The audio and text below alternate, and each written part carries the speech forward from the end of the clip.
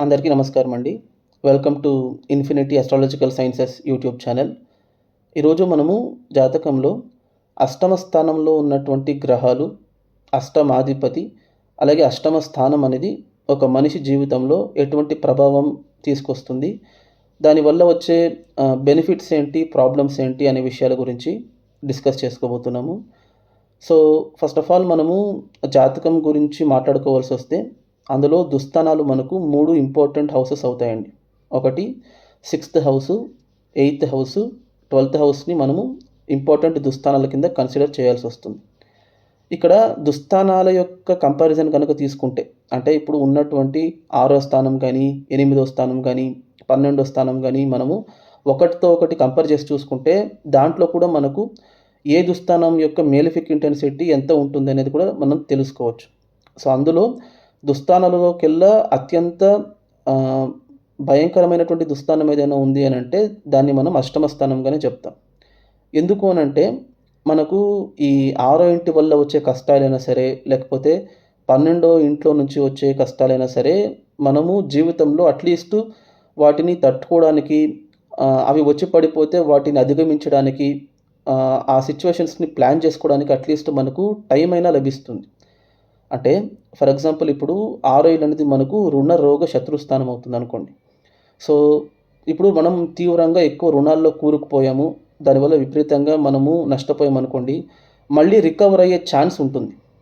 లేదు, మనకు వ్యయస్థానం వల్ల విపరీతంగా లాసెస్ అయిపోయిందనుకోండి, మళ్ళీ సంపాదించుకునే ఒక ఛాన్స్ అనేది ఇస్తుందది మనకు.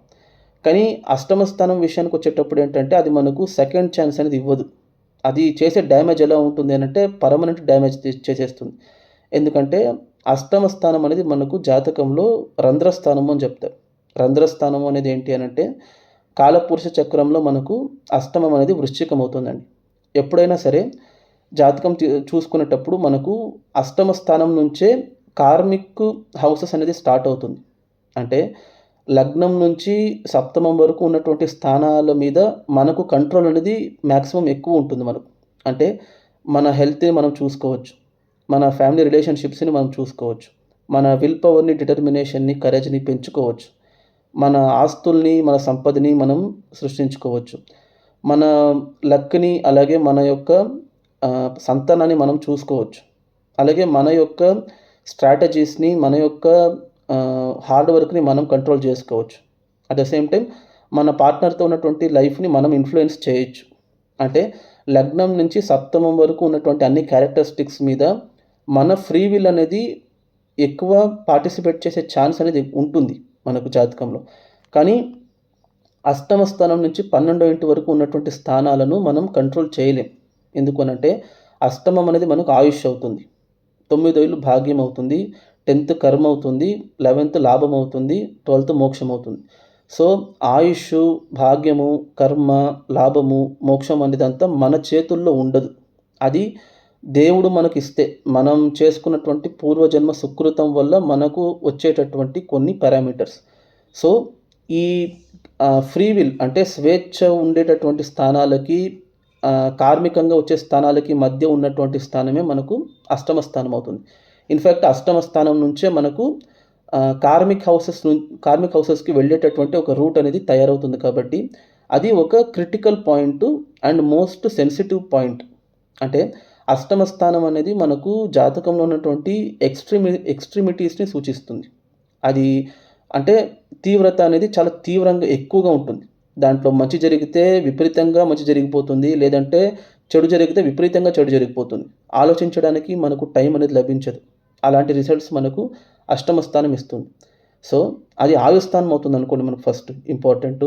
సో, అది సపోజ్ మనకు ఆయుష్‌నే లేకుండా చేసేసిందనుకోండి, ఇంకా మాట్లాడాల్సిన అవసరం లేదు. ఇప్పుడు అప్పులొచ్చినా, కష్టాలొచ్చినా, వ్యయాలొచ్చినా ఇవన్నీ మనం ఎలా దాన్ని ఎలా అధిగమించాలని ప్లాన్ చేసుకోవడానికి అట్‌లీస్ట్ ప్రాణమైనా ఉంటుంది మనకు. కానీ అష్టమం ఇచ్చే ఒక రిపర్కషన్స్ ఎలా ఉంటుందంటే అసలు ప్రాణమే ఉండదు. డైరెక్ట్‌గా ఆయుర్గండాన్ని ఇచ్చేస్తుందది. సో, అష్టమం వల్ల వచ్చేటటువంటి ప్రాబ్లమ్స్ ఎలా ఉంటుంది అనంటే, మనం అసలు జీవితంలో యాంటిసిపేటే చేయకుండా ఉన్నటువంటి ఒక సిట్యుయేషన్స్, అది కూడా విపరీతమైనటువంటి తీవ్రతలో. ఇంటెన్సిటీ కూడా ఆల్మోస్ట్ 99%, 100% ఇంటెన్సిటీలో ఇస్తుంది అది మనకు. సో వాటిని తట్టుకోవడానికి కూడా మనకు అసలు టైం అనేది ఉండదు. సో ఫర్ ఎగ్జాంపుల్ ఒక హెల్త్ కండిషన్స్ పరంగా తీసుకుంటే మనకు ఇప్పుడు ఫర్ ఎగ్జాంపుల్ క్యాన్సర్ అనుకోండి. మనకు అడ్వాన్స్డ్ స్టేజ్ క్యాన్సర్ బయటపడడము, 4th స్టేజ్ క్యాన్సర్ బయటపడడము, లేకపోతే ఎక్కువ కాలం మన బాడీలో అది అక్యుములేట్ అయ్యి సడన్‌గా ఒక రోజు బయటపడేటటువంటి డిసీజెస్ ఏవైనా సరే. ఫర్ ఎగ్జాంపుల్ కిడ్నీ స్టోన్స్ అవ్వనివ్వండి, లేకపోతే హార్ట్ అటాక్ అవ్వనివ్వండి. అది మనకు సడన్‌గా చెప్పకుండా ఎటువంటి సింప్టమ్ లేకుండా సడన్‌గా వచ్చేస్తుంది. సో రియాక్ట్ అయ్యే టైం అనేది ఉండదు మనకు. సో ఇలాంటి ఒక సడన్ను హై ఇంటెన్సిఫైడ్ సిట్యుయేషన్స్‌ని మనకు తీసుకొచ్చేటటువంటి స్థానము అష్టమ స్థానం అవుతుంది. సో ఇక్కడ జనరల్‌గా మనం జాతకం చూసుకునేటప్పుడు ఏంటంటే, అష్టమ స్థానంలో ఉన్న గ్రహాలు గానీ, అష్టమాధిపతి గానీ, లేకపోతే అష్టమంతో ఇన్వాల్వ్ అయ్యేటటువంటి గ్రహాలు ఎప్పుడు మనకు చెడు చేస్తాయనే భావిస్తాం. సో ఇక్కడ మనం చేసే తప్పేంటి అనంటే, అష్టమం అనేది దాని యొక్క ప్రాపర్టీ ఏంటంటే, ఇచ్చేటటువంటి రిజల్ట్ సడన్‌గా ఇవ్వడము, హై ఇంటెన్సిటీలో ఇవ్వడం మాత్రమే. అంతేగాని అది చెడు రిజల్టే ఇస్తుంది అని మనం చెప్పకూడదక్కడ. అది మంచిగా మనకు ప్రవర్తించేటట్టుంటే ఎవరికైనా సరే అష్టమ స్థానం గనక సపోర్ట్ చేస్తే వాళ్ళు జీవితంలో ఉన్నత స్థాయికి అమాంతం ఎదిగిపోతారు. మీకు ఎలా అది కష్టాన్ని ఇమ్మీడియేట్‌గా తీసుకొస్తుందో, అదే అష్టమ స్థానం గనక పాజిటివ్‌గా రియాక్ట్ అయ్యేటట్టుంటే అంత మంచి రాజయోగాన్ని, అదే మంచి సుఖాన్ని కూడా ఇమ్మీడియేట్‌గా తీసుకొచ్చేస్తుంది. అంటే ఒక మనిషి ఒక 15 ఏళ్ళు కష్టపడి సంపాదించేటటువంటి ఒక ఆస్తి అయినా సరే, అంతస్తైనా సరే, లేకపోతే పొజిషన్ అయినా సరే, అష్టమ స్థానం మీకు ఒక వారం రోజుల్లో ఇచ్చేస్తుంది. ఒకే రోజులో కూడా ఇచ్చేస్తుంది. సో చాలామంది సక్సెస్‌ఫుల్ పీపుల్ జాతకాలు తీసుకుంటే వాళ్ళందరికీ 8th హౌస్ అనేది చాలా ప్రామినెంట్‌గా శుభత్వం పొంది ఉంటుంది. సో 8th హౌస్ యొక్క కండిషన్ ఇక్కడ ఏంటి అనంటే, అది ఇచ్చేటటువంటి రిజల్ట్స్ అనేది మనకు సడన్‌గా ఇవ్వచ్చు కానీ అది పాజిటివ్‌గా, నెగెటివ్‌గా ఇస్తుందా అనే డెసిషన్ ఫ్యాక్టరు మనకు ఆ అష్టమ స్థానంలో ఉన్నటువంటి గ్రహాల కండిషను, ముఖ్యంగా అష్టమాధిపతి యొక్క కండిషన్ మీద ఆధారపడుతుంది. సో మనకు జాతకంలో అష్టమం అనేది మన యొక్క ఆయుర్దాయాన్ని, జీవితంలో జరిగేటటువంటి సడన్ ఈవెంట్స్ అంటే అనుకోకుండా జరిగే సంఘటనల్ని సూచిస్తూ ఉంటుంది. సో ఈ అనుకోకుండా జరిగే సంఘటనలు మనకు అవాంతరాలు తెచ్చిపెడతాయా, అనాహుతాలు తెచ్చిపెడతాయా, గండాలు తెచ్చిపెడతాయా, లేకపోతే యోగాన్ని తెచ్చిపెడుతుందా, లేకపోతే ఉన్నత పదవికి తీసుకెళ్తుందా, చాలా విపరీతమైనటువంటి ఆస్తిని, అంతస్తుని ఇస్తుందా అనేది దేని మీద ఆధారపడుతుందనంటే 8th హౌస్ యొక్క ప్రోస్ అండ్ కాన్స్ మీద ఆధారపడుతుంది.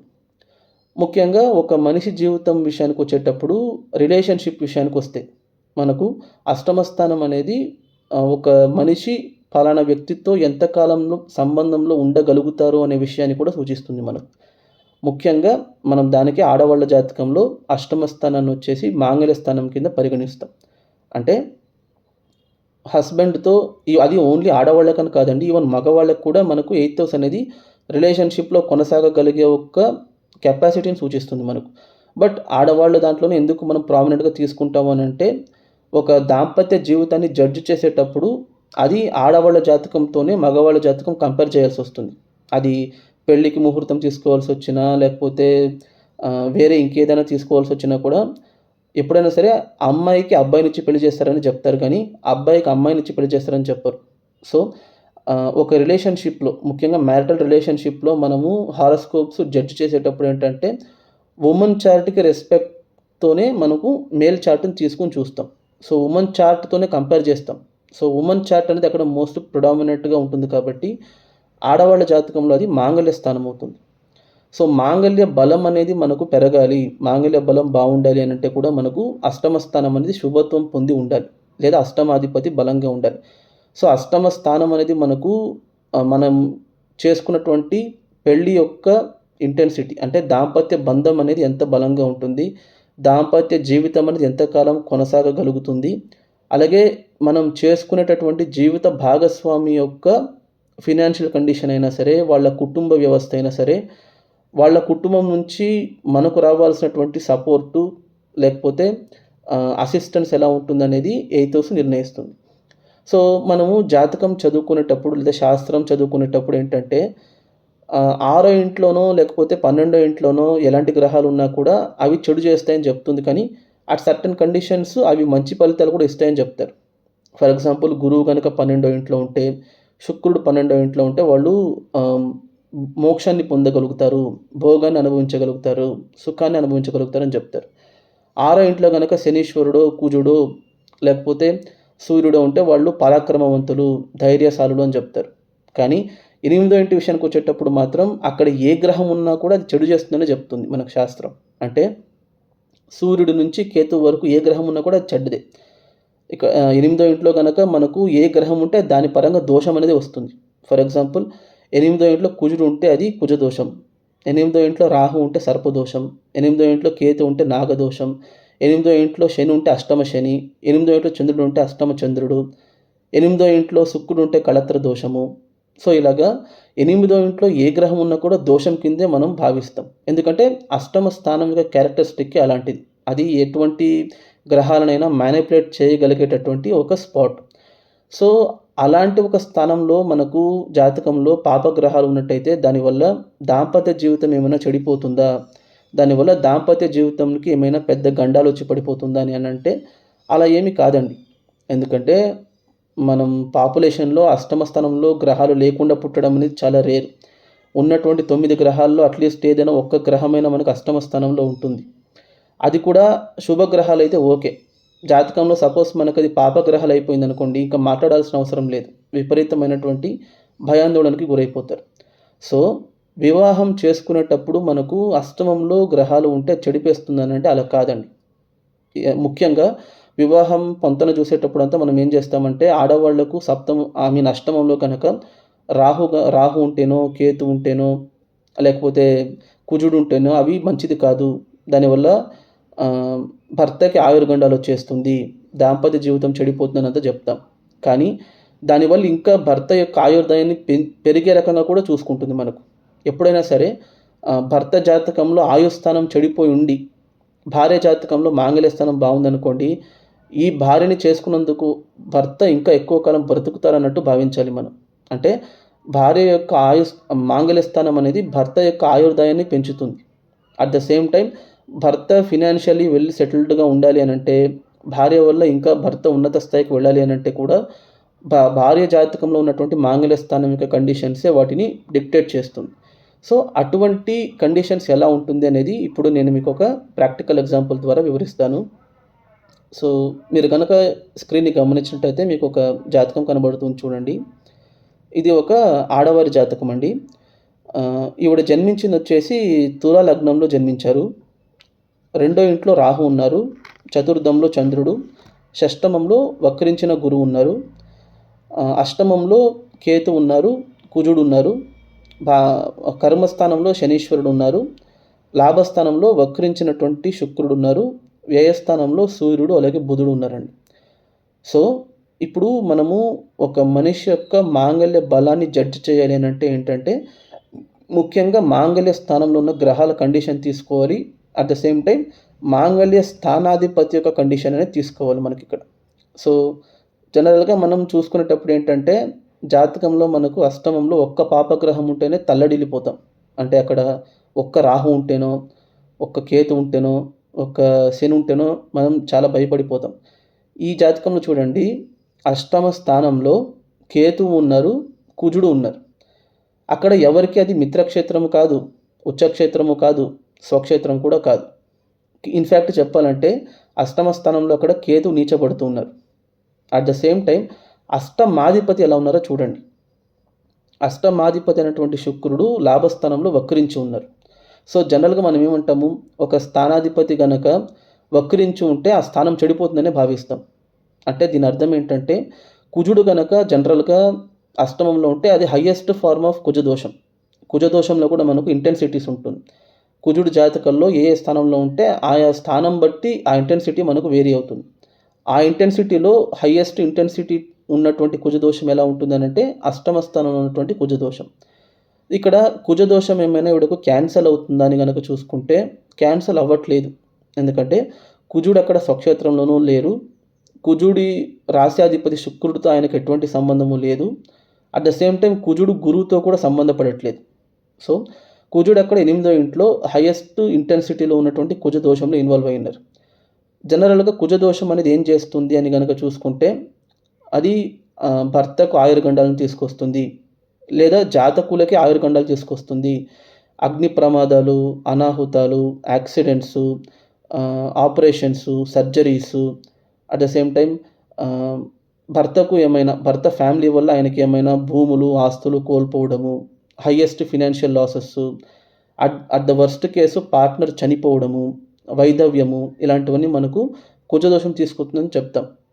సో, ఇక్కడ ఒక కుజుడుంటేనే అటువంటి నెగెటివ్ రిజల్ట్స్ ఇస్తే, ఆయనతో పాటు ఇంకొక పాపగ్రహమైనటువంటి కేతు ఉన్నారు. అది కూడా నీచంలో ఉన్నారక్కడ. సో, కేతు ఉంటే అది మనకు నాగదోషం అవుతుంది. సో, కుజదోషం ఉంది, నాగదోషం ఉంది, మాంగళ్య దోషం కూడా ఉందనుకోవాలి. ఎందుకంటే మాంగళ్య స్థానాధిపతి అయినటువంటి శుక్రుడు వక్రించి ఉన్నారక్కడ 11వ ఇంట్లో. సో, దీని అర్థం ఏంటంటే, ఒకటి ఈవిడకు లైఫ్‌లో అసలు పెళ్లి అయ్యుండకూడదు. ఒకవేళ పెళ్ళయి ఉంటే ఆవిడ భర్త అట్‌లీస్ట్ చనిపోయినా ఉండాలి. లేకపోతే తీవ్రమైనటువంటి కష్టాలు పడుతూ ఉండాలి. సో, అలా ఏమైనా జరిగిందా ఈవిడకు అని గనక చూసుకుంటే, రియల్ లైఫ్‌లో ఆవిడకు చెప్పాలంటే పెళ్లి చేసుకున్న తర్వాతే ఆవిడకు ప్రాస్పెరిటీ అనేది వచ్చింది. ఆవిడ లైఫ్‌లో జాబ్ చేయాలనుకున్నా, లేకపోతే సంపాదించాలనుకున్నా, ఇంకా చెప్పాలంటే పుట్టినింట్లో ఆవిడకు లభించినటువంటి ఒక ఫ్యామిలీ అఫెక్షను, కేర్ ఏదైతే ఉందో, దానికంటే మెట్టినింట్లోనే ఆవిడకు ఇంకా ఎక్కువ అఫెక్షను, కేర్ అనేది లభించింది. ఎప్పుడైనా సరే మనకు జాతకంలో 8థ్ హౌస్ అనేది అత్తామామల యొక్క రిలేషన్‌షిప్‌ని సూచిస్తుంది. మెట్టినింట్లో వాళ్ళకున్నటువంటి కండిషన్స్‌ని సూచిస్తుంది. సో, అది ఎలా జరుగుతుంది? ఎలా సాధ్యం పడింది అని గనక చూసుకుంటే, ఎప్పుడైనా సరే అష్టమ స్థానంలో గ్రహాలు ఉండడం అనేది ప్రాబ్లమ్ కాదండి. ఇక్కడ చూసుకుంటే అష్టమంలో కుజుడు, కేతు ఉన్నారు కాబట్టి వాళ్ళు చెడిపేస్తారని అనుకోకూడదు. కన్క్లూషన్‌కి వెళ్ళిపోకూడదు. వాళ్ళక్కడ ఎలా ఉన్నారని చూడాలి. కుజుడు అక్కడ మీకు శుక్రుడి ఇంట్లో ఉండాల్సొచ్చినా కూడా, కుజుడు అక్కడ ఎవరి నక్షత్రంలో ఉన్నారు చూడండి. ఆయన మృగశిర నక్షత్రంలో ఉన్నారు. అంటే ఆయన సొంత నక్షత్రంలో ఆయనే ఉన్నారు. నంబర్ 1. కేతు అక్కడ ఉండాల్సొచ్చినా కూడా కేతు ఎవరి నక్షత్రంలో ఉన్నారు? మీకు కృత్తిక నక్షత్రంలో ఉన్నారు. కృత్తిక నక్షత్రం సూర్యుడి నక్షత్రం అవుతుంది. సూర్యుడు ఏంటంటే ఉచ్చబడినటువంటి భాగ్యాధిపతితో పాటు కలిసి ఉన్నారక్కడ. దానివల్ల కేతువుకి రావాల్సిన నక్షత్ర బలము, కుజుడికి రావాల్సినటువంటి నక్షత్ర బలము వస్తుంది. నంబర్ 1. నంబర్ 2, వాళ్ళిద్దరూ కలిసి శుక్రుడి ఇంట్లో ఉన్నారు కదా! మరి శుక్రుడు వక్రించి ఉన్నారు కదా! సో, వక్రించిన శుక్రుడు వల్ల వాళ్ళిద్దరికీ ఎటువంటి ప్రాబ్లమ్ రాదా అని గనక చూసుకుంటే, శుక్రుడు ఇన్‌ఫాక్ట్ ఇక్కడ వక్రించడమే మంచిదండి. ఎందుకంటే, శుక్రుడు గనక అక్కడ మీకు వక్రించకుండా ఉండుంటే సింహంలో, అది శుక్రుడికి శత్రుక్షేత్రమై ఉండేది. సో, ఇన్‌ఫాక్ట్ అక్కడ ఆయన బాధింపబడి ఉండేవాడు. కానీ ఇక్కడేమవుతుంది, ఎవరైతే మీకు శత్రుక్షేత్రంలో ఉండి బాధింపబడాలో, అదే గ్రహము వక్రించేటప్పుడు మిత్రక్షేత్రంలో ఉండి బలపడాల్సొస్తుంది, శుభత్వం చెందాల్సొస్తుంది మీకు. అది కూడా ఆ వక్రించినటువంటి శుక్రుడు ఎవరి నక్షత్రంలో ఉన్నారు? మఖా నక్షత్రంలో ఉన్నారు. అంటే ఇంకొక వక్రించినటువంటి కేతు నక్షత్రంలో ఉన్నారు. సో, ఎప్పుడైతే మనకు ఒక వక్రగ్రహం ఇంకొక వక్రగ్రహంతో సంబంధపడాల్సొస్తుందో, అప్పుడు ఆటోమేటిక్‌గా అది మనకు రాజయోగానికి దారితీస్తుంది. అంటే ఈవిడకు మాంగళ్య స్థానంలో కుజుడు ఉన్నా, కేతు ఉన్నా కూడా వాళ్ళు చెడు చేయలేరు. ఎందుకంటే కుజుడు అక్కడ బలంగా ఉన్నారు. 1.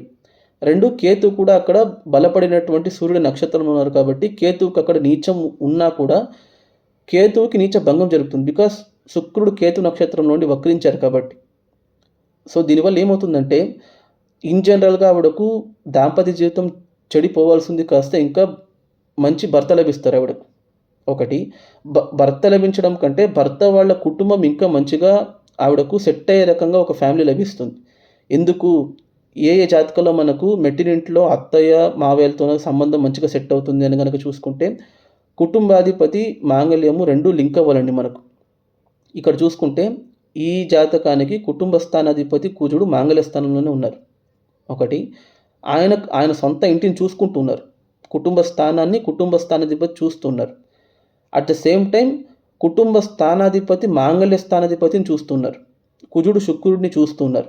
సో, ఎంతకెంత మీకు అష్టమ స్థానము, ద్వితీయ స్థానము 2 లింక్ అవుతాయో, ఎంతకెంత లింక్ అయినటువంటి గ్రహాలు జాతకంలో బలపడతాయో, అంతకంత రిలేషన్‌షిప్‌లో మీకు ఉన్నటువంటి మీ స్పౌస్ యొక్క ఫ్యామిలీ ఇంకా అఫెక్షనేట్‌గా ఉంటారు మీకు.